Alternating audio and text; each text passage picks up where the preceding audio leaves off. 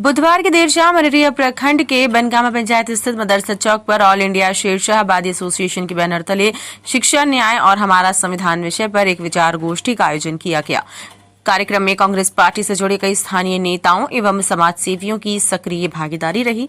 गोष्ठी में मुख्य अतिथि के रूप में एसोसिएशन के प्रदेश महासचिव अधिवक्ता मोहम्मद हसन मौजूद थे। उनके साथ मोहम्मद इकबाल, मुजीबुर रहमान, अब्दुल कयूम, नूर आलम, मोहम्मद इरशाद आलम और कांग्रेस पार्टी के अररिया विधानसभा के संभावित प्रत्याशी अब्दुल गफूर भी शामिल हुए। अपने संबोधन में मोहम्मद हसन ने कहा कि देश की आजादी और विकास में कांग्रेस पार्टी की ऐतिहासिक भूमिका रही।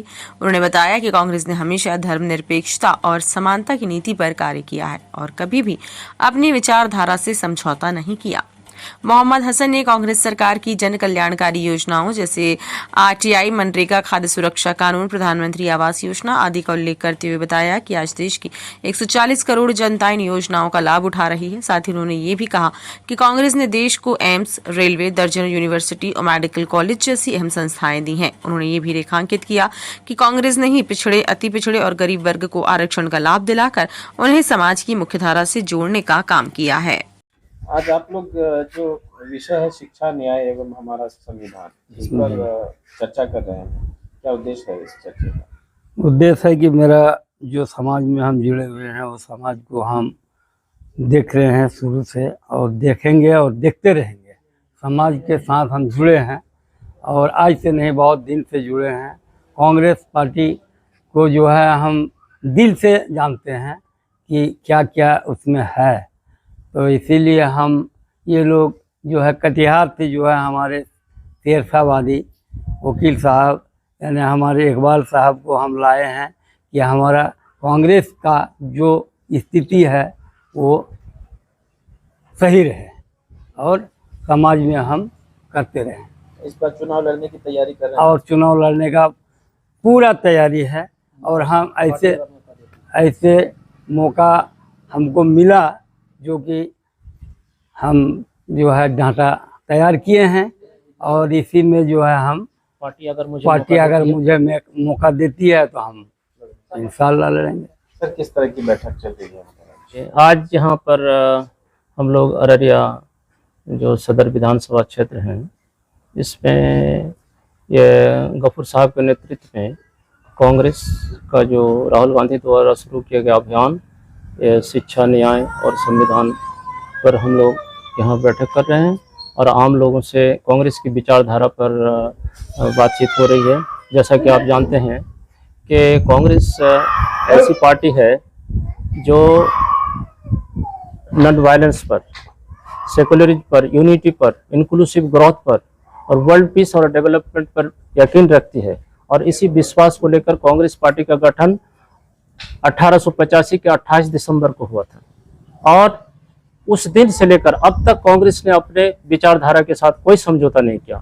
चाहे सरकार आए या सरकार जाए, इससे कांग्रेस को कोई फर्क नहीं पड़ता, लेकिन अपनी विचारधाराओं के साथ इस देश की आज़ादी में भी कांग्रेस का बहुत अहम भूमिका है। आपको मालूम होगा पंडित नेहरू जी 9 साल तक जेल में रहे, आपको मालूम होगा गांधी जी कितने दिन जेल में रहे, लेकिन इन लोगों की जो कुर्बानियाँ, शहादत हैं, ये कांग्रेस पार्टी के लिए एक बहुत बड़ा इंस्टेंस है, इस देश के लिए भी मिसाल है।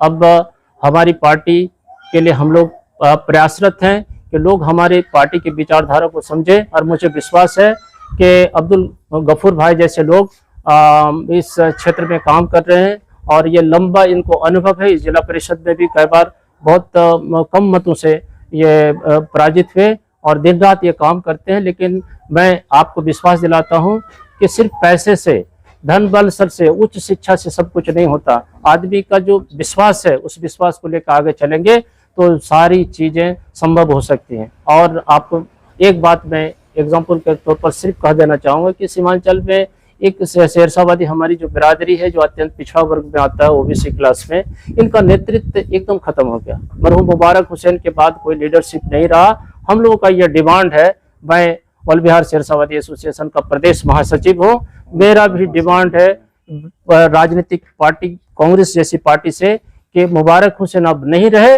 लेकिन उनकी विरासत को संभालने के लिए, कांग्रेस पार्टी का झंडा को आगे बढ़ाने के लिए गफूर भाई के नेतृत्व को ये स्वीकार किया जाए या अररिया जो सदर विधानसभा है उनको मौका मिले, टिकट मिले उनको और ये दिन रात काम करते हैं। हम लोग विचारधारा को आगे बढ़ाते हैं, आगे और बढ़ाते रहेंगे। और आप जितने भी हमारे मीडिया कर्मी है, इस बरसात के मौसम में वेदर भी बहुत फेवरेबल नहीं है, फिर भी आए, और इसके लिए बहुत बहुत धन्यवाद। आज जो ये बैठक हो रही है, बैठक के माध्यम से क्या संदेश देने की कोशिश कर रहे हैं आप? बैठक के माध्यम से आज यहाँ अररिया विधानसभा, सदर विधानसभा अररिया में आज हम लोग बैठे हुए हैं। वैसे तो रात्रि काल है और बैठक में तो बहुत सारे लोग आने वाले थे, रात्रि काल के कारण लोग नहीं आए। हम लोग दो मुहिम को चला रहे हैं। एक तो शिक्षा, जो हमारी अधिकार है, सबसे पहला अधिकार, हम भारत देश में जन्म लिए तो मेरा सबसे पहला अधिकार है हम शिक्षा भी लें, और जिसके कारण अगर घर घर पर शिक्षा नहीं पहुंच रही है तो सरकार भी कहीं ना कहीं जिम्मेदार है, और साथ साथ हम भी जिम्मेदार हैं कि हम जहां स्कूल है वहां पे बच्चों को नहीं भेज पा रहे हैं। अपने बच्चे नहीं भेज पा रहे तो हमारे बहुत सारे प्राइवेट स्कूल हैं, वहाँ पे हम बच्चों को भेजें। बस एजुकेशन अवेयरनेस के लिए और साथ साथ पॉलिटिकल अवेयरनेस के लिए एक सर हमारे नगर के हसन साहब जो कटिहार कोर्ट में है, एडवोकेट हैं, वो मैं मोहम्मद इकबाल हुसैन, जिला सेक्रेटरी पूर्णिया, अफसर जिला सेक्रेटरी पूर्णिया, दोनों की मुहिम है जो हम लोग यहाँ पे आए हैं आज।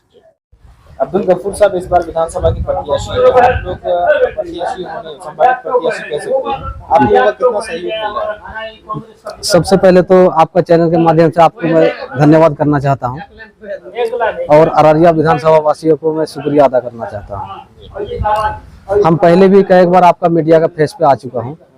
जो मैं पहले बताया, जो मैं सिरसावादी आर्थिक सैनिक दृष्टिकोण से हमें अत्यंत पिछड़ा है, और आज़ादी से लेकर के पहले मौका मिला था, लेकिन आबादी का हिसाब से अभी मौका नहीं मिल रहा है, क्योंकि पहले हमको मौका मिला था, उस समय आबादी हमारे कम थे, और अभी हमारे अररिया विधानसभा में 50,000 का आबादी है। हमको मौका मिलना चाहिए सिरसावादी को, और सिरसावादी को। और अभी वर्तमान में हमारे विधायक जो है, ये हर चीज में जो है हमारे लिए क्या कर रहे हैं कुछ समझ में नहीं आ रहा है। हमारे लिए आप देखिए, आप ब्लॉक का हाल देख लीजिए क्या बना के रखा है। आप ब्लॉक का हाल आप देख लीजिए क्या बना के रखा है। हमारे माँ बहनें सुबह उठ करके चूल्हे पे झाड़ू भी नहीं लगाते, वो जाके राशन कार्ड के लिए अपना लाइन में लग जाते हैं 6 बजे। और ये सरकार का बिचौलिया जो है, ये 11 बजे आते हैं वापिस में, और 4 बजे चले जाते हैं। पूरा दिन हमारे माँ बहन बच्चे लेकर के खड़ा रहते हैं, उसको काम नहीं होता है, 4 बजे चले जाते। उस माँ बहन का हमारे दिल में क्या गुजरता होगा, जब हम पूरा दिन एक पैर के बल पे हम खड़े रहे।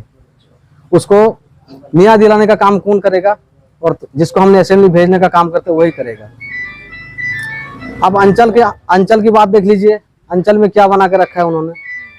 एक कर्मचारी के पीछे 6-7 बिचौलिया है। हम 2 कट्ठा जमीन खरीदते हैं, उस पर हम मोडिशन में लगाते हैं तो 6-7 हजार रुपये मांगते हैं। भाई क्या चीज का पैसा देंगे, नहीं तो ऊपर से नीचे तक हमारे जो है परसेंटेज लेते हैं। ये कर्मचारी करे, उसको न्याय दिलाने का काम कौन करेगा काम? वो विधायक का, जिसको हमने असेंबली में भेजने का काम करते वही करेगा। इस बार आप लोग बदलाव चाहते हैं? इस बार बदलाव चाहते हैं। हमारे साथ में हर जाति का, चाहे दलित, महादलित, पिछड़ा, अत्यंत पिछड़ा, जितना भी है, अल्पसंख्यक मजदूर, सब हमारे साथ में, सिरसावादियों के साथ में है। इस बार हम बदलाव चाहते हैं, और इस बार बदलाव होगा, हर हाल में होगा। आज आपके दरवाजे पे बैठक हुई जी, इस बैठक से क्या, बैठक का क्या उद्देश्य है? उद्देश्य है ये कांग्रेस पार्टी जो है, इसका जो विचारधारा जो हम सुने, या सुनने के लिए मैंने इसको ये दिए थे, बैठने के लिए जगह दिए थे। बहुत अच्छा लगा, और विचारधारा अच्छा भी है, ऐसा होना भी चाहिए इस देश के लिए। शुरू से आज तक जितने कुर्बानी दिए बहुत अच्छा दिए हैं, और सबको लेके चलने का काम किया, इसको हमको बहुत पसंद है। आप चाहते हैं आप लोग कि अब्दुल गफूर साहब को इस बार कांग्रेस टिकट दें? टिकट दें। कितनी मजबूती से खड़े हैं आप लोग इनके साथ? इनके साथ तो तन मन धन हर चीज से खड़े हैं।